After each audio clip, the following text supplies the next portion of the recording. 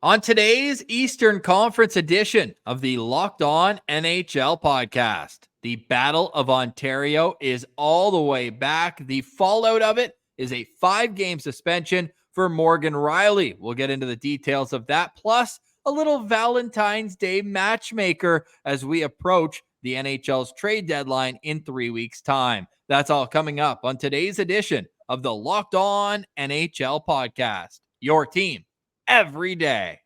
You're Locked On NHL, your daily podcast on the National Hockey League. Part of the Locked On Podcast Network, your team every day.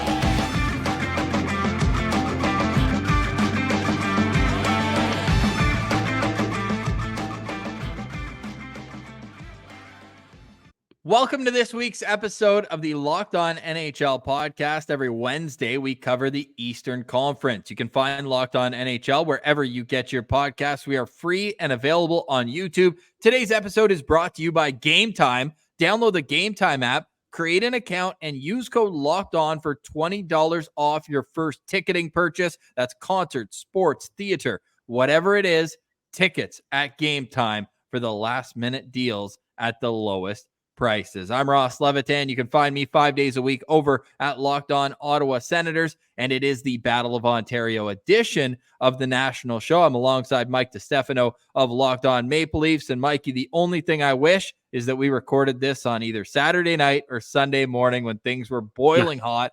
But some time has passed, so we don't have to get into the ins and outs, the play-by-play of it all. But your overall impression of how it results in a 5-game suspension for Morgan Rielly.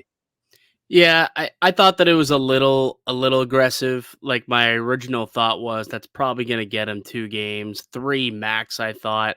And then when you heard that it was going to be an in-person hearing, you knew automatically it was going to be 5 or more.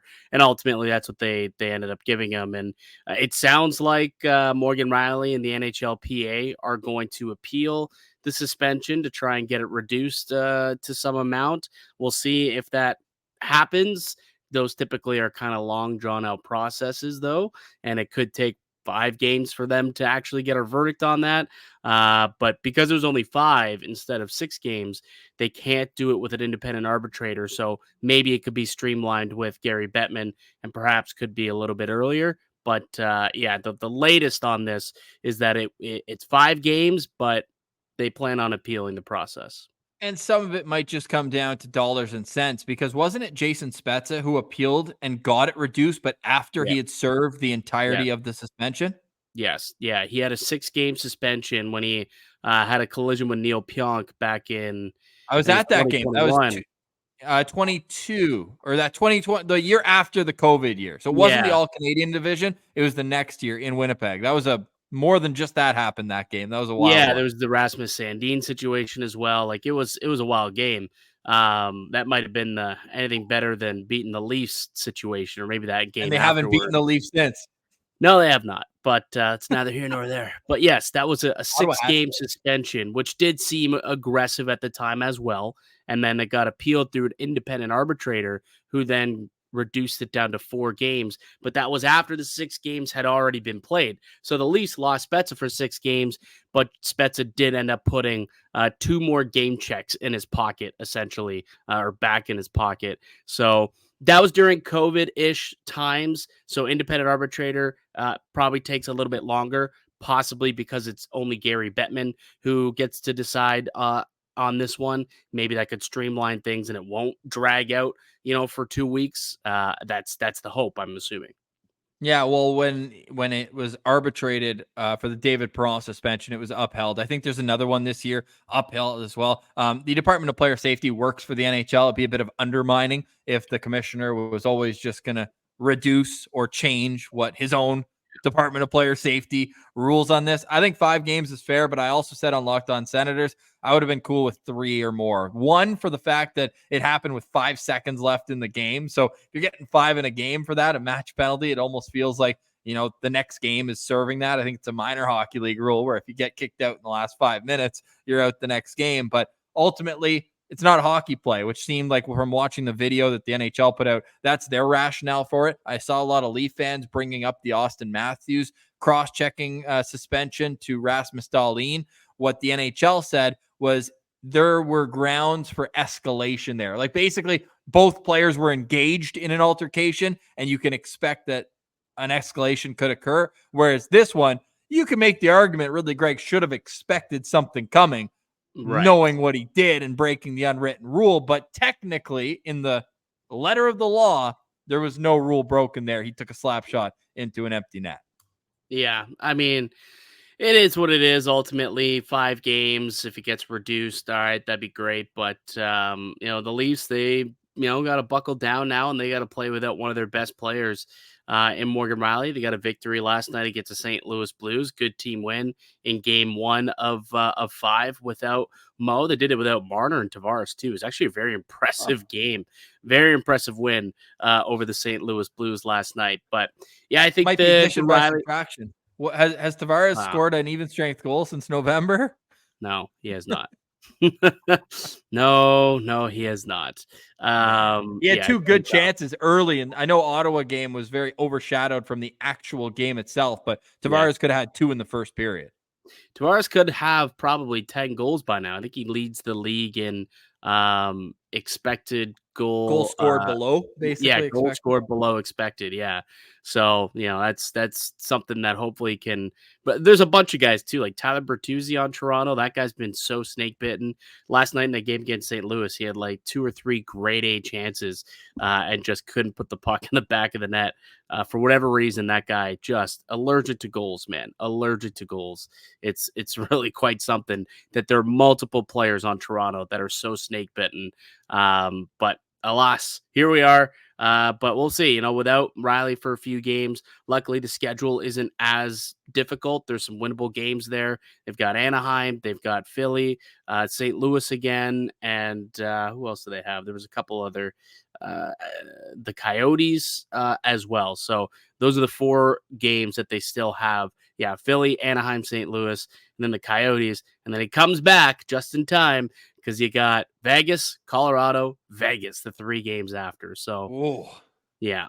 That's big time there. Speaking of the Battle of Ontario, I just wanted a rivalry back. We were calling it the Ballet of Ontario for far too long. There hadn't been an emotional game really in recent memory against these 2 teams. So my only qualm with the whole situation is that they don't play again for the rest of this season. That would have been something. There's this is going to carry over. This is certainly going to carry over. I hope that honestly, Game 1 of next year between the Leafs and Sens, that should be Game opening 1 night. of 82 for both teams. Opening night, get the Battle of Ontario going early.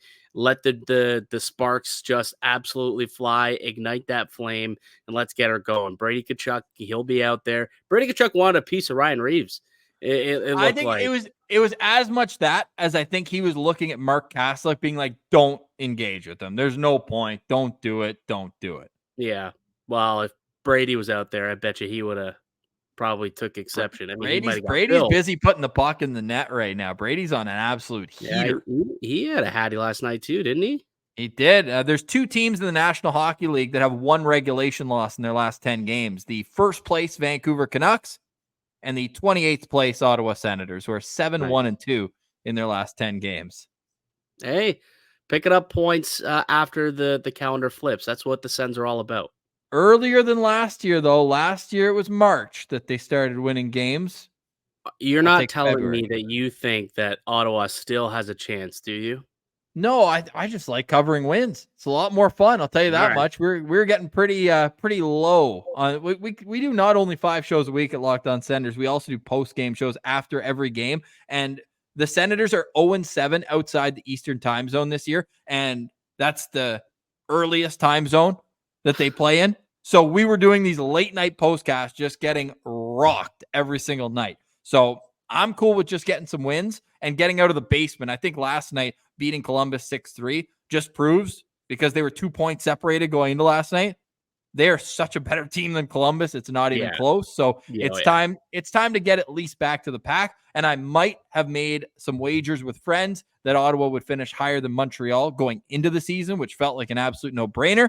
It was a 16-point gap, and now it's a 6-point gap. Ottawa has 3 games in hand as well. So that's really for bragging rights for me, is my next kind of plateau with this team.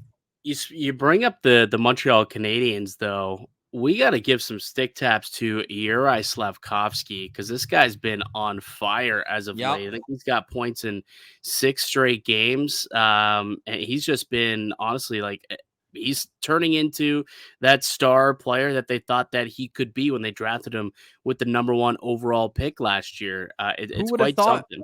Who would have thought Well, putting him with Nick Suzuki and Cole Caulfield would have produced results rather than putting yeah. him on a line with guys who can't get him the puck in the right circumstance? I'm shocked. They had 3 points apiece last night. 3 points Against the apiece. Ducks. Can we put a little asterisk there just because it is the Anaheim Yeah. Ducks? Quack. Yeah, yes. That is obviously the Ducks. Like what happened when they played? What happened when they played St. Louis on the weekend? They got waxed, but he got a point. So Ooh. I mean, Oh. that's what you got to look at. He got on the board. You take a look at his last. How many is this? 10 games here. 1, 2, 3, 4, 5, 6, 7, 8, 9, 10, 11 games. He's got points in 9 of 11, 12 points through those 11 games, 7 goals in his last 11 games for Juraj Slafkovsky. Not bad. No, he's been great. Not And bad. he's still a teenager as well. Like he's got a ton of development, and he's the type of player where you're not going to see the completely evolved version of Juraj Slafkovsky until he's 24, 25 years old. He's a big kid, and sometimes it takes a little while for the hands to catch up. And like last year in particular, this guy was getting hit hard often. Well, he was skating hurt with his too. head down. Yeah. Well, he was skating with his head down a bunch. He was getting caught quite a bit. So he's learning. He was playing on the big ice over in Finland before he came over to the NHL, played internationally, did great at the Olympics. It'll come for him for sure. I'm not doubting him as much as it is to poke fun at the Habs. They've got a good thing rolling here. And I know a lot of Habs fans are just hoping that they get the chance to get Mackling Celebrini because they're watching the magic that he's creating at Boston University with their own prospect, Lane Hudson, a legitimate star potential defenseman who they drafted in the 2nd round, 62nd overall. I could not believe that he fell that far in the draft. We've got all that coverage for you coming up here, Locked On NHL. You can also follow us, Locked On NHL Prospects, where we've got Hattie Kalakash on the prospect beat. So you can go check that out as we lead up to the NHL draft. I saw, and I feel bad for our guy, Jay Forster, as well. Locked On Blue Jackets already doing draft profiles halfway through the season, but it's been that kind of year for the Blue Jackets. They do have like a young nucleus, like last night and this season, like David Jiricek's still playing in the AHL. Adam Fantilli's out hurt right now. Like those are 2 like top end prospects that just aren't there yet. Kent Johnson is going to be a really good player. It's not their year. Let's put it that way. Cole Sillinger. I'm hoping Sillinger becomes a player. He's not a player. Yet. I'm hoping he becomes a player, though, because I spent some money and I bought some Cole Sillinger stuff. I'm seeing if I can find it really quickly. Well, here, while you say that, I got a little stat for you.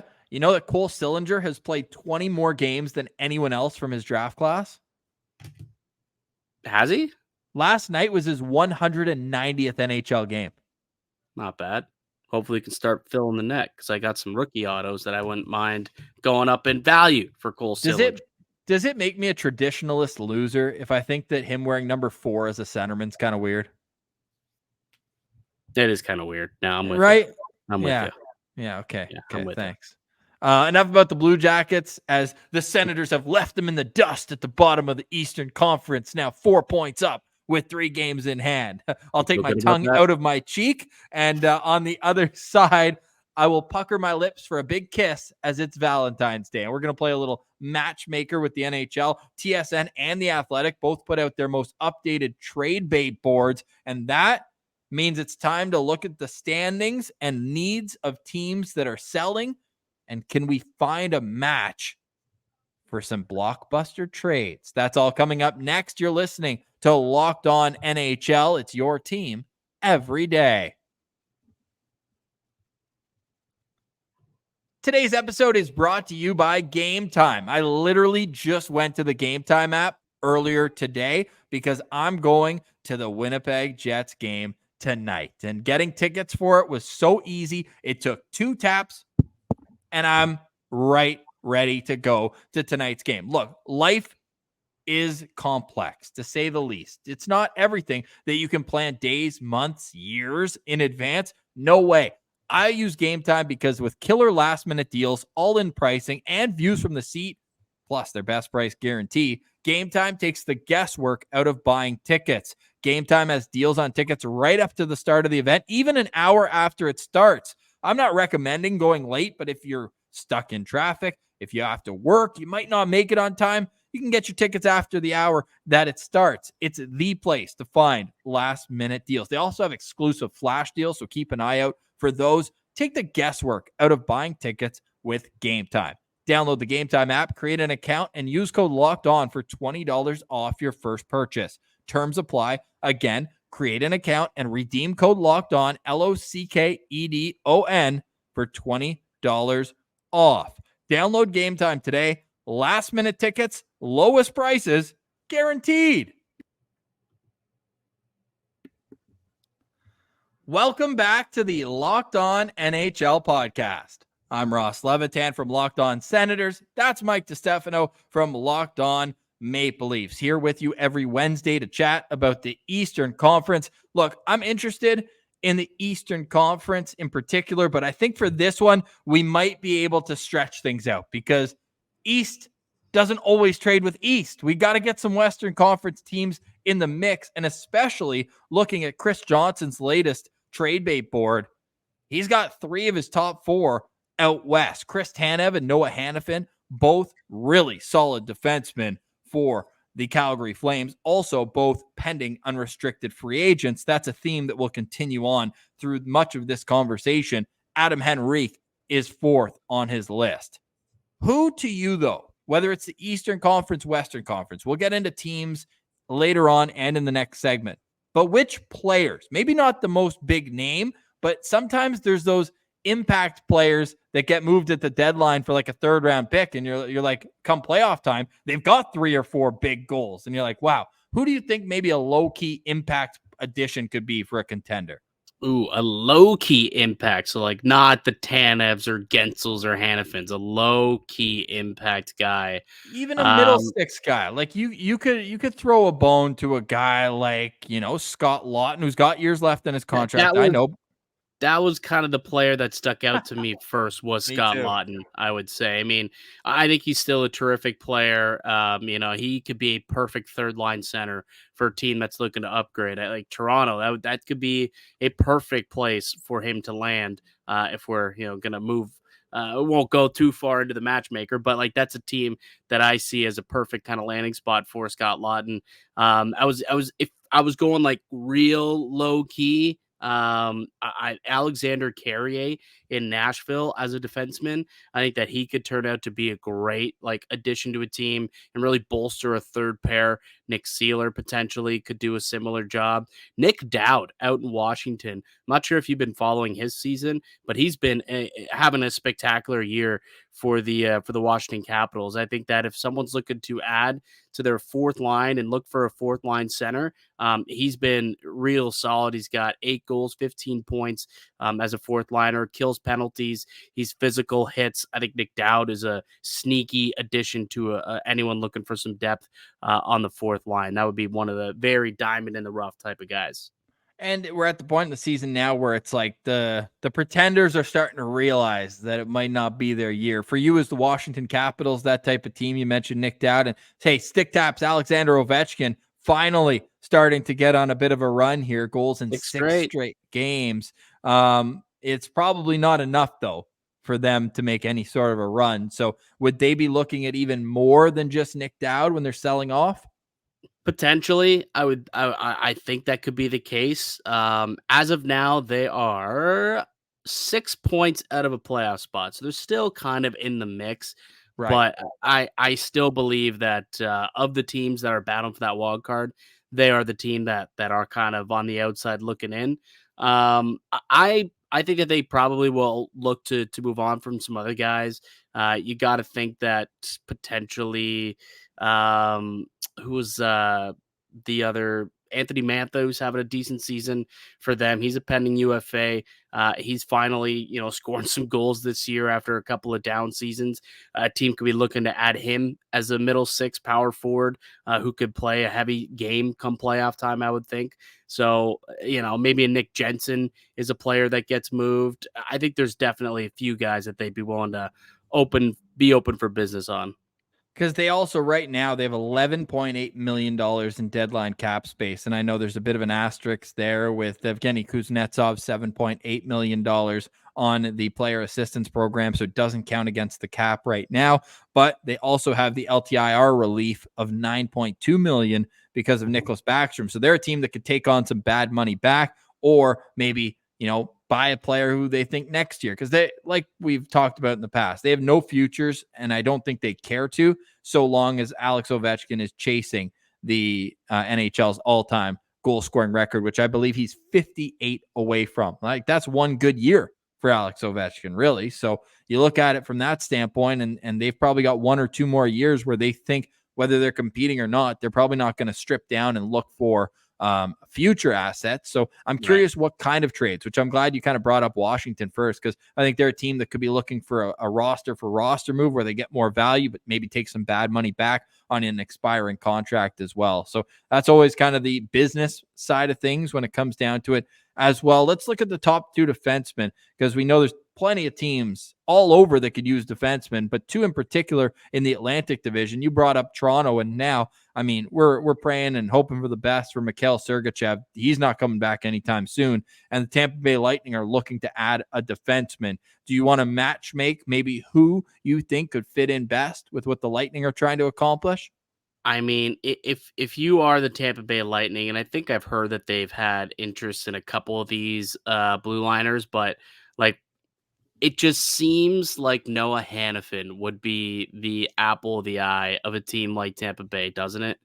Like, they just always seem to get good players, and for them to open up that cap space. Now, do they have what it takes to get them? I don't know. They gave up a lot last year to go out and get Tanner Jeannot. So they don't have a lot of capital and prospect capital, but like, that would be a terrific addition to that team. They also gave away this year's first round pick along with last one to get Brandon Hagel last year or the year before. So like they've been spending depth. Yeah. So it's going to be interesting to see what they end up doing. Like, you would think that you are going to be all in if you're the Tampa Bay Lightning. Like, you're at a point where your group is what it is. You've got your core together, and you're just going to go all in to try and win for the next 2-3 years. Like, that's what you're looking at, that window, until, Vasilevsky, Kucherov, Hedman really fall off a cliff. While they're still playing at an elite level, you got to always be all in. I don't even think you care about your picks and prospects. You're just competing for the next 2-3 years to keep that window open, alive, and as open as possible, I suppose, give you the best chance to win. So I would imagine with this loss to Sergachev, I would think that they'll be very active in the defensive market and target one of those 2 top D-men from Calgary. I think Hannafin would probably be the guy I would go after if I were them. Hannafin left shot, Chris Tanev right shot. Now, the reason why I think Chris Tanev, who's 34 years old, whereas Noah Hannafin is 27 and will be in the opportunity to test unrestricted free agency for the first time in his career, Tanev, the wily vet. But I've seen some memes about this too. But look, Chris Tanev, and the reason why people want him on their team is because he plays strong, he plays physical, blocks everything. He's just the kind of guy who could be a difference maker during a playoff run. But he also has about an 80% chance of getting seriously injured every single shift. Do you think that maybe puts some pressure on Calgary to move the asset before a potential, not saying he will, because he has been durable in his career, but I saw a tweet that said he leads the league at leaving down the tunnel only to return later on in the same game. Yeah. No, it happened earlier this year. The dude lost a couple more teeth and more came out. I think he had a shoulder injury, popped the shoulder out, went down the tunnel, popped it back in, and then was out there. I mean, perhaps that does have to kind of creep into the mind of the Calgary Flames. The longer you keep him, the more chance there is that he could get injured in one of these games, I suppose. Yeah, it's got to be looming in the back of the mind of who's the new GM? I'm blanking on his name. Conroy. Conroy. Oh, Conroy. Yeah, that's it. It's got to be looming in the back of his mind for sure. But at the same time, you want to make sure you get the best deal possible, and that might not come until deadline day, where teams get a little more desperate to add that piece. Very interesting. We'll be keeping our eye on that. More matchmaking next. This is the Eastern Conference edition of Locked On NHL. Today's show is brought to you by FanDuel. Get buckets with your first bet on FanDuel. It's America's #1 sports book, because right now new customers can get $150 in bonus bets with any $5 bet. That's $150 if your bet wins. Bet on all your favorite NHL players and teams with quick bets, live same-game parlays, exclusive props, futures, and more. Just visit FanDuel.com/LockedOn and shoot your shot. FanDuel, official sportsbook partner of the Locked On Network. And one thing about FanDuel, and I want everybody to go there right now if you want to ride. Right now, Connor McDavid is plus 230 to win the Art Ross. Guy had 6 points last night. He's only 9 points back of Nikita Kucherov. A little spinorama assist, too. Oof. He's so nasty. So head to FanDuel.com/LockedOn to get started today. All right. Welcome back. Final segment, Locked On NHL for Valentine's Day, February 14th. So we talk about some different matchmaking opportunities, and the middle six forward market, especially at the wing, I would say is the most saturated part of this deadline. When you look at players like Vladimir Tarasenko, you look at Jordan Eberle, I think is an interesting name, Frankie Vetrano, Nick Dowd, a guy you mentioned, Pavel Buchnevich has been discussed. Now, he's a UFA next year, so it would be one of those get him for 2 playoff run types, and maybe a low-key addition. And we are hearing around the National Hockey League that players on the San Jose Sharks are generating a ton of interest. How about a guy who was in the Stanley Cup Finals last year? I think Anthony Duclair would be a nice pickup for a team who's looking to add a guy who can either play on the fourth line and kill penalties, or be a guy who can be the third best player on a second line and be on your power play unit. So I think that he could be an interesting guy for certain teams. I wanted him in Winnipeg. I thought that would be a good match for him. But once they got Sean Monahan, I think that's kind of their big move. Not that Duclair would be necessarily the biggest move, but what are you thinking about the middle six kind of clump of talent there, and who would be your crown jewel of it from some of those names mentioned, or other guys who might be in the mix, like a Tyler Johnson out of Chicago? Yeah, it's a really interesting name, and obviously Anthony Duclair. He's a guy who's had a lot of success in this league, scored a lot of goals in this league, and is not too expensive, just $3 million AAV pending UFA, so something that could easily be fit under the cap for a lot of teams. There's a couple of names also that I'm looking at the TSN list right now that weren't mentioned, and one that comes to mind, which I'm a little surprised to see that he's even on the trade bait board, but it's Warren Foegele out in Edmonton. He's sitting at 31 on TSN's trade bait board. He's having a pretty good year. He's got 10 goals, 26 assists. He's making under $3 million. He's a good penalty killer, good energy guy. And, if you're a team that needs a good bottom six player who can provide a little bit of offense for you and kill penalties, I think Warren Foegele could be one of those unsung hero additions. Like I said, I'm surprised Edmonton, he's on TSN's list. I would think that Edmonton would be wanting to keep him, but maybe the UFA status is a reason why they're listening on him. But if a team could pry a guy like Foegele, I think that'd be a nice addition to a bottom six. You think he would be a Kyle Dubas type player? Because we keep hearing that they want Jake Gensel, and I think he'd be an awesome addition for the Edmonton Oilers. He would, and I wouldn't be surprised if he asks, hey, is Foegele available as part of this deal? Bring him into Pittsburgh, get him an extension. You bring in, I don't know what it would take, like their first round pick, obviously. Maybe even you get, I don't know, Holloway, McLeod. Like there's would clearly need a lot more than just Warren Foegele to get that deal done. But certainly I think that could be a good match. Good match. I'm really interested to see what the Pittsburgh Penguins do. They are struggling right now. They can't get anything going in a consistent fashion. They're 3-4-3 in their last 10 games. And Yeah, you look at the plus 13 goal differential. They were also one of those teams who slapped a 10 spot on the San Jose Sharks early on in the season. So that'll help that number. But at the same time, like, you can't throw in the towel when you have Sidney Crosby. It's much like our conversation about the Washington Capitals. What do you think the Pittsburgh Penguins strategy should be as they enter a very, very awkward deadline? Yeah, it's going to be interesting because if you move Jake Gensel, I don't know how you're going to get better. So they've got a decision to make on what to do with Gensel. But at the same time, like you just mentioned it, you've got Sidney Crosby. Like, why would you even contemplate on punting on the season if you've got Crosby entering the twilight of his career, Malkin, Letang, like all of these guys, they're in a very weird spot right now. And I would imagine like over the next 3 weeks, if they don't win and get to within, because right now they're 7 points out of a playoff spot, but they do have games in hand on Detroit and on Toronto. They've played just 49 games. Detroit's played 52. So they do have 3 games in hand. If they win all those, only 1 point back of Detroit. So they're not necessarily out of it. And of all of the teams that are on the outside looking in currently, they're actually the only team with a plus goal differential at plus 13. So I think they still go for it. I think they hang on to Gensel, and I think they go for it. I think they become buyers instead of sellers. I really do. Ultimately, as nice as it would be to get Gensel on Edmonton, I think they stick, they stay, they buy, and make a push for the playoffs.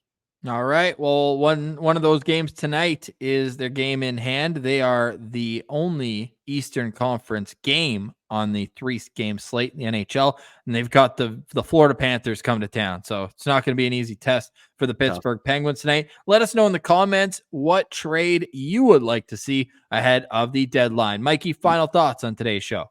Yeah, we didn't even talk about what the main match made in heaven is on the block, and that is Jacob Markstrom to the New Jersey Devils.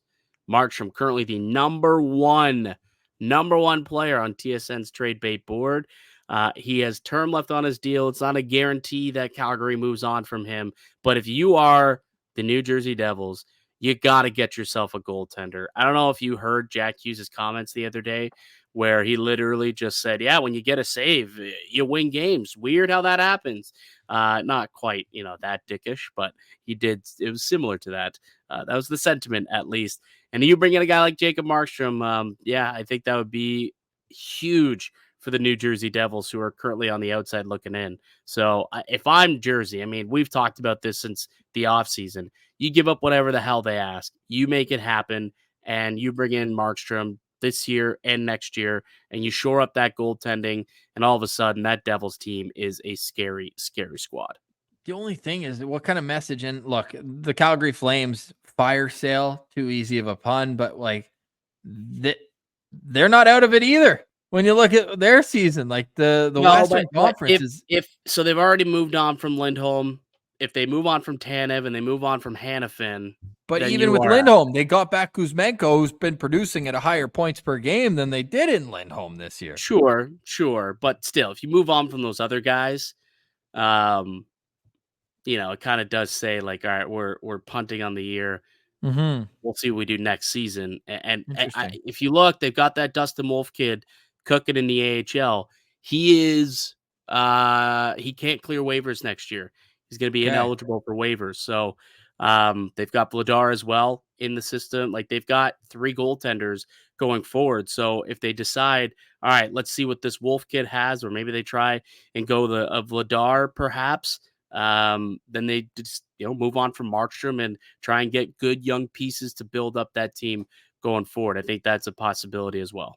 All right, great stuff. We'll continue this. We got 3 more shows before the NHL trade deadline, including this one. So this one and 2 more, and then the NHL trade deadline is March 8th. For more from us, from Mike DiStefano, you can find him Locked On Maple Leafs 5 days a week. I am over at Locked On Senators. We'll be back next week for more Eastern Conference fodder. But for now, we pass it over to Power Rankings Thursday on the Locked On NHL podcast. We're a part of the Locked On Podcast Network, your team every day.